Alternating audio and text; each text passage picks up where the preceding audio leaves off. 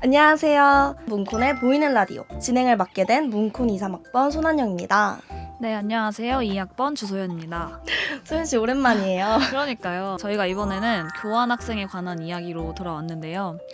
사전에 이제 학우분들께 받은 질문들을 토대로 저희가 답변을 조금 해보려고 합니다. 네, 맞습니다. 이제 곧 떠나는 설렘과 이미 다녀온 추억이 공존하는 시간 1월 문콘의 보이는 라디오 교환학생 편 지금 바로 시작합니다. 자, 그러면 저희가 교환 프로그램 준비 과정부터 털어보기 전에 저희에 관한 소개를 먼저 해야겠죠. 작년 딱 이맘때쯤이죠. 24년 2학기에 독일에 있는 켐리츠 공과대학교로 교환학생을 갔다 왔고요. 한영 씨는 곧 이제 출국하시잖아요. 26년 1학기에 네덜란드 흐로닝언 지역에 있는 한제대학교로 곧 출국을 할 예정입니다. 진짜 오늘 촬영일 기준으로 딱 한 달 후에 전 한국을 뜨니까요. 다들 잘 계시고요. 그러면 저희가 교환학생을 전 다녀오기도 했고 한영 씨는 이제 갈 입장이니까 네. 누구보다 약간 교환학생에 대해서 잘 얘기를 할 수 있을 것 같은데 우선 많이들 궁금해하실 스펙부터 한번 가볼까요? 토익이랑 학점 두 개를 아마 많이들 조금 신경 써 하실 것 같은데 소연 씨가 지원하실 때는 토익 기준이 있다고 들었어요. 네, 아마 지금은 바뀐 걸로 알고 있는데 제가 갔을 때는 785점이라는 기준이 딱 있었어서 꽤 그게 넘지 않으면 아예 지원 자체가 안 됐었거든요. 제가 지원할 네. 때는 이제 자체 측정 기준이라고 해서 정해진 점수의 커트라인이 없이 성적만 제출하면 되는 그런 기준이란 말이에요. 그래서 저는 토익을 엄청 급하게 준비를 하고 3일 공부하고 봤거든요. 오. 그래서 매우 처참했는데도 자체 측정 기준이 오히려 저한테는 좀 득이 됐던 기준이에요. 그럴 수도 있겠네요. 네. 학점은 혹시 어땠나요, 한영 씨? 학점은 네. 조금 민망하긴 하지만 저는 점의 덕을 토익보다는 본 것 같아요. 소연 씨는 어떠셨나요? 저는 오히려 약간 반대로 저는 학점은 그렇게 막 고학점은 아니었고 그냥 평범한 정도였는데 토익이 오히려 점수가 좋지 않았나라고 오. 생각을 합니다. 학우분들마다 자기가 자신 있어 하는 부분이 있잖아요. 뭐 토익이 될 수도 네네네. 있고 학점이 될 수도 있고. 그래서 일단은 지원하는 게 좋은 것 같아요, 저는. 네. 일단 지원을 해보고 사실 한 개가 좀 부족하다고 해도 다른 데서 메꿀 수 있는 맞아요. 가능성이 충분히 있으니까 너무 걱정하지 않으셔도 될 것 같습니다. 맞아요. 이제 다른 것 중에 하나가 자소서가 있잖아요. 자소서를 쓰려면 이제 학교를 선정해야 하는데 그렇죠. 어떤 기준으로 학교를 선정하셨나요? 저는 일단 그러니까 지역을 먼저 선정을 했었는데 유럽에 가고 싶다라는 생각이 항상 있었어요. 유럽을 한 번도 가보지 않았기도 했고 유럽은 다른 나라들이 다 붙어 있으니까 뭔가 다른 나라를 방문하기도 좀 수월하잖아요. 다른 대륙에 비해서. 그쵸, 그쵸. 그래서 영어가 그럼 잘 통하는 나라가 어딜까를 생각을 하다 보니까 독일이랑 네덜란드, 오스트리아 이렇게 3개 정도를 생각을 했었는데 최종적으로는 제가 독일이랑 오스트리아 학교만 써서 냈던 기억이 있습니다. 왜 독일이었어요? 독일에 제가 갔던 켐리츠 공과대학을 제가 1순위로 적었었는데 네. 그 대학교가 뭔가 이론 위주의 수업을 좀 하기도 했었고 그 학교 기숙사가 있다는 게 좀 큰 장점이라고 생각을 했거든요. 그쵸. 그래서 켐리츠를 정하면서 자연스럽게 독일로 가게 되는 순간이었던 것 같아요. 기왕 가서 학교를 또 입학을 하는 거고 또 수업을 들을 거니까 좀 재밌는 수업을 듣고 싶어가지고 저희 문코는 웬만해선 좀 이론 위주의 수업이잖아요. 네. 그래서 문콘에는 많이 없는 실습 수업들이 있는 학교들을 찾다 보니까 네덜란드가 눈에 보였고 영어도 쓰고 그리고 자전거도 타고 자전거 타는 거 좋아하시잖아요. 네, 그래서 약간 여러 이유들 중에서 물가는 비싸지만 네. 그래도 6개월 가볼만 하다 싶어서 그런 기준으로 선정을 했던 것 같아요. 아무래도 기준이 확실해야 또 정하기가 쉬울 것 같거든요. 맞아요. 그래서 본인만의 기준을 딱 세우고 정하시면 좋겠다 하는 생각이 듭니다. 자소서도 이제 써야 되잖아요. 그쵸. 사실 자소서 쓰는 건 그렇게 어렵지 않아요. 분량 자체가 되게 적기도 하고 맞아요. 지망하는 학교에 대한 모든 정보를 거기다 다 써야 되는데 보통 한 문항당 400자 정도 됐나요? 맞아요. 근데 보통 한 3, 4지망까지만 써도 한 학교당 100자밖에 못 쓰거든요. 그래서 오히려 줄이는 게 좀 힘들더라고요. 맞아요. 분량을. 쓰는 거는 사실 진짜 생각 없이 쓰면은 1000자가 넘어서 오히려 막 줄이고 맞아요. 하면은 후지망 학교는 막 한 줄씩밖에 못 쓰는 맞아요. 자소서에서는 그렇게 큰 부담은 안 느끼셔도 네네. 될 것 같아요. 네, 자소서는 크게 어렵지 않다. 응. 1차를 이제 합격을 하게 되면은 그 다음에 면접을 봐야겠죠. 면접이죠. 네. 면접 어땠어요? 영어 면접이랑 섞어서 나오거든요. 맞아요. 면접이. 네. 3명이서 같이 면접을 봤었는데 다들 너무 영어를 잘하셔가지고 조금 쫄았던 기억이 있는데 그래도 자신감 있게 그냥 천천히 말을 하면은 다 잘 들어주세요. 맞아요. 면접 분위기가 그렇게 어렵지 않고 편안한 분위기에서 봤기 때문에 면접은 크게 부담 가지시 않으셔도 될 것 같아요.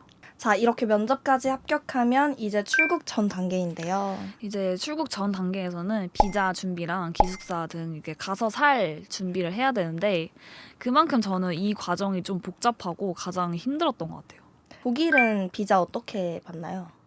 이제 독일은 학생 비자 6개월치를 받을 수 있거든요. 교환학생들은. 근데 이 비자를 신청하는 과정이 굉장히 좀 복잡하고 힘들어요. 비자를 받으려면 독일 대사관에서 이제 태어민이라고 하는 예약을 잡아야 돼요. 지금은 또 바뀌었는데 제가 갔을 때는 정말 티켓팅 하듯이 아침 8시마다 일어나서 이걸 이제 잡았어야 됐거든요. 이게 독일 시간 기준으로 자정에 열리는 거라서 시차가 이제 여름에는 8시간 정도 나거든요. 그래서 아침마다 일어나서 티켓팅을 하고 매번 실패하다가 결국 취소표를 잡아서 성공을 했었던 기억이 있습니다. 진짜 티켓팅이네요. 네네. 근데 지금은 이제 예약을 신청을 걸어 놓으면은 알아서 배정을 해주신대요. 선착순으로. 좋아졌네요. 네, 이게 더 낫지 않나 하는 그렇죠. 생각이 듭니다. 그리고 비자를 신청하러 갈 때 독일 계좌를 만들어서 거기에 약간 재정 증명이라고 할까요? 슈페어 콘토라고 하는 게 있는데 한 달에 정해진 최소한의 생활비가 있어요. 그게 제가 갔을 때는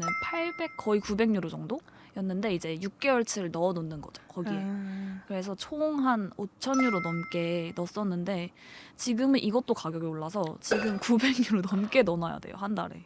이거를 넣어놨다가 독일에 입국을 해서 계정 활성화를 하게 되면은 한 달마다 또 들어오거든요. 900유로씩. 그럼 이제 그거를 저는 생활비로 썼었는데 어쨌든 약간 목돈을 한 번에 좀 넣어놔야 된다는 게 부담이 될 수도 있다. 맞아요. 요거는 네덜란드도 비슷해요. 저희는 비자는 학교 측에서 해줘서 이 부분은 오, 좀 너무 좋은데요? 네, 수월한데 네. 이제 재정보증이라는 같은 비슷한 제도 네네. 있는데 6,000유로를 학교에 한 번에 보내놓으면 이제 그 돈 안에서 학교에서 보험이랑 임시거주증 발급을 해주고 나머지를 이제 네덜란드 계좌로 환급을 해주는 그런 제도인데 사실 초기 자본이 엄청 크잖아요. 그게 좀 많이 부담스럽긴 한데 어쩔 수 없죠. 또 어쨌든 총 생활비니까 맞아요. 6개월치 간다고 생활비라고 생각하면 엄청나게 큰 돈은 아닐 수 있다. 비자도 그렇고 갈 때 필요한 서류가 정말 많잖아요. 네. 저는 정말 약간 서류에 늪에서 계속 허우적거렸던 기억이 있는데 정말 뭐 보험이나 이런 재정 보증부터 시작해서 뭐 입학 허가서라든지 자잘하게 준비해야 맞아요. 될 서류가 정말 많기 때문에 미리미리 하시는 게 좋을 것 같아요. 저는 너무 방대해가지고 약간 회피하고 싶긴 했는데 해피형이시군요. 근데 진짜 많아요. 정말 많죠. 진짜 저는 지금도 하고 있는데 네. 뭐 하나 겨우 했는데 또 이거 내라 또 써라 이러면은 이게 쉽지 않더라고요. 그쵸. 자 이제 기숙사 구해야죠. 그쵸. 살아야죠. 살아야죠. 가장 중요한데요. 사실 저희 둘 다 기숙사여서 네. 아마 그렇게까지 힘들진 않았을 것 같은데 다른 학교를 얘기하자면 스페인은 아예 방을 구해야 되잖아요. 발품을 팔면서 맞아요. 돌아다녀야 되는 경우도 정말 많고 그것 때문에 아예 출국을 일찍 하는 친구들도 있더라고요. 기숙사를 어려움 없이 구할 수 있는 학교도 하나의 기준이 될 수 있을 것 같아요. 네, 저는 캠리츠를 고른 이유도 기숙사가 좀 넉넉하게 있다는 점도 꽤 컸거든요. 그리고 제가 3지망까지 썼었는데 3지망 다 기숙사가 있는 학교를 썼었어요. 계획적이시네요. 어떤 기숙사 썼어요? 저희 학교가 기숙사가 형태가 정말 다양했거든요. 이제 7인실부터 시작해서 6인실, 4인실, 2인실, 1인실 이렇게 있었는데 저는 7인실 기숙사를 썼거든요. 7명이서 쓴 거예요? 이게 7명이서 쓴다고 하면 다들 놀라시거든요. 네, 근데 놀랐어요. 7명이서 다 같이 자고 이러는 건 아니고 각자 방은 하나씩 다 있어요. 각 방은 있되 이제 주방이랑 화장실, 거실을 공유하는 약간 쉐어하우스 형태라고 보시면 될 것 같아요. 저는 이제 외국인 친구들이랑 이왕 해외에 나가는 김에 좀 같이 살고 싶어서 7인실을 선택을 했는데 막상 가보니까 다른 학교에서 온 이제 한국인들을 만나잖아요. 네. 근데 그 한국인들은 거의 다 2인실 아니면 1인실을 골랐더라고요. 아무래도 네, 편하니까. 아무래도 그래서 약간 다인실 저처럼 이제 6인실, 7인실 쓰는 친구들이 정말 몇 없었거든요. 재밌었을 것 같아요. 네, 되게 재밌었고 저랑 건대에서 같이 갔던 한국인 언니가 있었는데 네. 그 언니랑 같은 방에 또 배정이 된 거예요. 오, 그래서 그 언니랑 진짜 집에서 막 같이 요리도 해먹고 재밌겠다. 되게 추억이 많았고 다른 기숙사 건물에 공용 주방이 있는 기숙사가 있었어요. 그래서 가끔 명절 때나 파티를 할 때 다 같이 막 음식 해먹고 오, 약간 이거 게임하고 대부분 학생들 로망 아니에요? 그쵸. 그쵸. 로망을 막- 실현하셨네요. 그쵸. 비어퐁 이런 거 아시나요?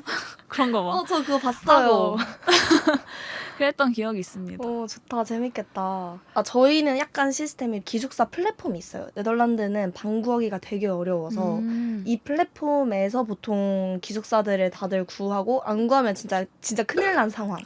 이 정도로 웬만해서는 성공을 해야 하는 그런 상황인데 우리 학교 수강 신청처럼 네덜란드 기준 시간으로 딱 몇 시에 방이 열려요. 완전 티켓팅이네요. 네. 그것도. 열리자마자 바로 방을 클릭하고 바로 그 디테일을 적고 막 이래야 돼서 엄청 막 달달 떨면서 했던 기억이 있어요. 그럼 한영 씨는 어떤 기숙사를 쓰시는 거예요? 저는 1인 1실인데 공유 주방이 있어요. 다른 건물 기숙사들을 고려를 했는데 여기를 선택한 이유가 웬만해선 다 남녀 공용 샤워실이더라고요. 정말요? 유럽은 많대요 이게. 그럼 혹시 월세는 어느 정도인가요? 제가 썼던 방은 7인실이라서 이게 사람이 많아질수록 월세가 적어지거든요. 그래서 저는 한 260유로 정도 냈었고 1인실에 살았던 친구들은 300유로 넘게 냈었어요. 독일에는 라디오세라고 해서 약간 뭐라고 해야 되지? 수신료라고 해야 되나요? 그런 걸 내야 되는데 그것도 사람이 많이 살면 N방이 가능해요. 근데 1인실에 사는 친구들은 그걸 혼자 내야 되거든요. 그럼 좀 부담되겠다. 네, 그래서 확실히 돈은 좀 더 들어간다. 같이 살아도 방은 또 나 혼자 쓰니까 저는 오히려 엄청 불편하지 않았고 오히려 저는 혼자 살았으면 좀 외로웠겠다라는 생각을 했었어요. 이제 짐까지 쌌으면 진짜 떠나야 할 시간인데요. 현지 생활 썰과 에피소드에 대해서 풀어볼 시간입니다. 질문 주신 것들 중에 교환 가서 외국인 친구들 어떻게 사귀는지 궁금해 하시더라고요. 외국인 친구들이요.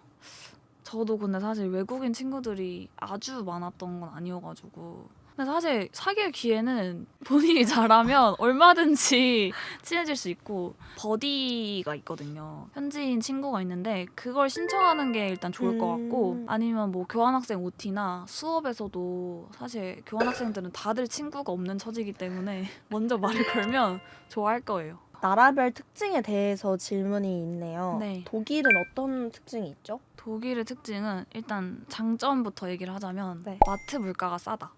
진짜요? 네, 외식비는 정말 한국보다 비싸지만 마트에서 장 봐서 요리해 먹고 이러면 사실 식비는 엄청 많이 나가진 않고요. 그리고 학생들은 교통비가 다 공짜예요. 그 패스 같은 게 나오거든요. 그걸로 버스나 지하철, 기차 이런 거 다 타고 다닐 수 있어서 국내 여행을 많이 다녔던 것 같고 제가 살았던 켐니츠라는 도시는 아무래도 관광지가 아니고 좀 시골 소도시다 보니까 소매치기 같은 게 전혀 없었거든요. 그게 진짜 좋네요. 네, 그래서 좀 편하게 다녔던 것 같아요, 비교적. 그리고 이제 뭔가 단점이라고 할 만한 거는 유럽, 특히 약간 독일이랑 그 위에 북유럽 쪽으로 올라가면 겨울에 해가 정말 빨리 지거든요. 한겨울에는 거의 4시면 해가 없어져요. 그래서 자칫 우울해질 수 있다. 자칫. 네, 자칫 할 게 별로 없고 사실 겨울에는 너무 춥기도 하고 비가 엄청 많이 와요. 저도 나중에는 진짜 독일인들처럼 그냥 우산도 없이 비를 맞으면서 다니게 되더라고요. 주제를 바꿔서 다른 질문 드려보면 독일에서 수업을 들었을 거 아니에요. 네. 우리 문콘에서 듣는 수업이랑 어떤 차이가 있었는지 어떤 수업을 들었는지 많이들 궁금해하세요. 제가 거기에 갔을 때는 영문학 전공으로 갔었거든요. 왜냐면 문콘 약간 미디어나 콘텐츠 관련 수업이 있긴 있었는데 그런 수업들이 다 독일어로만 수업이 열려가지고 영어 수업을 좀 찾다 보니까 제가 영문학 전공으로 갔었거든요. 그래서 영어 관련된 수업도 들었었고 뭐 영어의 역사 이런 거 들었었고 아니면 유럽 문화와 뭐 지리, 그러니까 인문학적인 내용도 많이 들었었고 저는 기억에 남았던 거는 정식 학기가 개강하기 전에 교환학생들만 듣는 독일어 코스가 있어요. 교환학생들을 대상으로 하는 거다 보니까 엄청 독일어를 막 공부한다기보다 즐기면서 실습 활동 같은 것도 많이 하고 독일어로 상황극을 한다던가 재밌겠다. 문콘에서는 기획 수업을 많이 하고 맞아요. 항상 콘텐츠에 이렇게 둘러싸여서 살다가 또 유럽이 인문학으로 유명하기도 그쵸. 하고 진득한 수업을 들어보자라는 마음도 있었거든요. 재밌으셨나요? 결국. 재미도 재미인데 어렵긴 했어요. 왜냐면 영어로 수업을 들어야 되는데 내용도 익숙하지 않으니까 그래도 나름 재밌게 들었던 것 같아요. 수업 자체는. 그러면 시험 공부도 영어 수업을 영어로 바탕으로 공부를 하는 거죠. 영어로 시험을 보잖아요. 네. 가능한가요? 저도 불가능할 줄 알았는데 네. 또 사람이 약간 닥치면은 다 하게 되더라고요. 시험 기간에는 친구들끼리 도서관 많이 가서 공부하고 그리고 교수님들이 패스를 주시려고 하는 분들이 많았어요. 교환학생이고 하니까 공부를 아예 안 하지만 않으면 충분히 점수를 받을 수 있다. 한영 씨는 그럼 어떤 수업을 들으세요? 저희 학교는 실습 중심 학교예요. 하나의 코스를 듣는데 제가 듣는 거는 영화를 만드는 코스예요. 단편 영화를 만드는데 문콘 수업에 빗대면은 배상준 교수님의 영상 콘텐츠 기획 제작 네네. 실습 일명 영콘제라고 네. 불리는 그 수업이 아마 가장 비슷할 것 같아요. 이렇게 코스로 되어 있는 학교들이 꽤 있어서 코스를 들으면은 세부 수강 신청을 안 해도 된다는 게 그러네요. 장점이어서 이런 학교들도 고려해볼 만한 것 같아요. 좋은 것 같아요. 이제는 진짜 마무리인데요. 네네. 조금 아쉬우니까 마지막에 저희가 학우분들한테 받은 질문 한번 탈탈 털어볼까요? 네, 바로 질문 읽어볼게요. 교환학생을 언제, 몇 학년, 몇 학기에 가면 좋을지. 저부터 말을 하자면 네. 저는 원래 크리스마스 로망이 있어요. 원래는 2학기에 가려고 했었는데 네. 아무래도 겨울 유럽은 춥기도 하고 또 겨울 짐이 여름 짐의 진짜 맞아요. 몇 배잖아요. 그런 현실적인 조언을 듣고 그럼 그냥 좀 더 생활하기 편하고 가기 편한 시기로 가자 해서 1학기로 결정을 했는데 언니는 겨울에서 유럽을 보냈잖아요. 그쵸. 어땠어요? 저는 이제 2학기에 가기로 선택을 했던 이유가 유럽은 우리나라랑 반대로 2학기가 1학기예요. 시작학기라서 친구를 조금 더 많이 사귈 수 있고 교내 행사가 많다고 얘기를 들어가지고 2학기를 고르게 됐고 또 크리스마스가 껴있기도 했고 독일이 크리스마스 마켓이 되게 크게 열리거든요. 그래서 잘 즐겼던 것 같아요. 그리고 학년 시기에 대해서는 보통은 3학년에 많이들 가세요. 네네. 저도 그렇고 언니도 그렇고. 근데 학년이 중요하다기보다는 내가 지금 어느 상황과 상태에 놓여 있냐가 더 중요한 것 같아요. 계절만 좀... 계절을 선택하시면 좀 쉽지 않을까 결정하기가. 네, 다음 질문. 다녀와서 가장 좋았던 점과 안 좋았던 점 말해주세요. 갔다 와서 제일 좋았던 거는 시야가 좀 넓어졌다인데 아무래도 우선 다른 나라에 산다는 게 다른 문화를 접한다는 거니까 그 나라 사람들이 어떻게 생활하고 어떻게 생각하는지 이런 시각으로도 바라볼 수 있구나 이런 거를 좀 이해하게 됐던 것 같고 또 독일에 가서 독일 사람들뿐만 아니라 각국에서 온 친구들 많이 만나잖아요. 그 친구들이랑 얘기를 하면서 뭐 제가 한국에서 왔다고 하면 그 친구들이 이제 한국에서 왔어? 하면서 막 한류 얘기도 되게 많이 하더라고요. 말로만 한류가 뭔가 유명하다. 맞아요. 뉴스에서만 보잖아요. 붐이다 이런 말을 듣는데 가니까 오히려 체감이 많이 되고 K-팝을 좋아하는 친구들도 정말 많고 덕을 볼 것 같긴 해요. 맞아요. 정말 제가 느꼈던 게 K-팝이 없었으면 스몰 토크가 안 됐겠다 진짜 싶을 정도로 네 한류 덕을 많이 봤습니다. 또 K-pop 좋아하시니까 그렇죠, 좋아하죠. 대화가 잘 통했을 것 같아요. 안 좋았던 거 굳이 그냥 꼽자면 굳이 뽑자면 비용이 많이 든다는 거? 총 비용이 얼마나? 총 비용 사실 저 정확하게 몰라요. 네. 5천 몇 유로 정도. 네. 거기에 플러스 알파로 또 썼거든요. 그것만 해도 벌써 1,000이 훌쩍 넘으니까 그 정도 생각하시면 될 것 같아요. 교환 같이 갔던 친구분들도 뭐 같이 얘기하면서 어떤 점이 좋았다던가 그런 거 있지 않았어요? 사실 다들 되게 그리워하고 아직까지도 제 가끔씩 만나는데 정말 얘기를 들어보면 사람마다 어떻게 느꼈고 어떤 목적으로 갔는지가 다 달라서 맞아요. 지금 저희가 하는 이야기도 그쵸. 주관적인 이야기고 주위 경험들을 얘기하는 네. 거니까 보시는 분들도 그냥 참고용으로만 들어주셨으면 네. 하네요. 자, 이렇게 준비 과정부터 현지 생활 썰까지 아주 알차게 담아봤는데요. 벌써 마무리할 시간이에요. 너무 아쉬워요. 너무 짧게 끝난 것 같아요. 그러니까요. 교환학생이라는 공통의 주제로 함께 할 수 있어서 재밌었고요. 언니의 얘기를 들으면서 제가 살아갈 내년의 생활에 대해서 생각해 볼 수 있는 시간이었던 것 같아요. 교환학생을 준비하시는 모든 이제 문코네 학우분들 저희 이야기 참고해서 꼭 용기 내서 도전하시길 바랍니다. 이제 마무리 인사 드려볼까요? 그럴까요? 하나, 둘, 셋, 안녕. 또 봐요.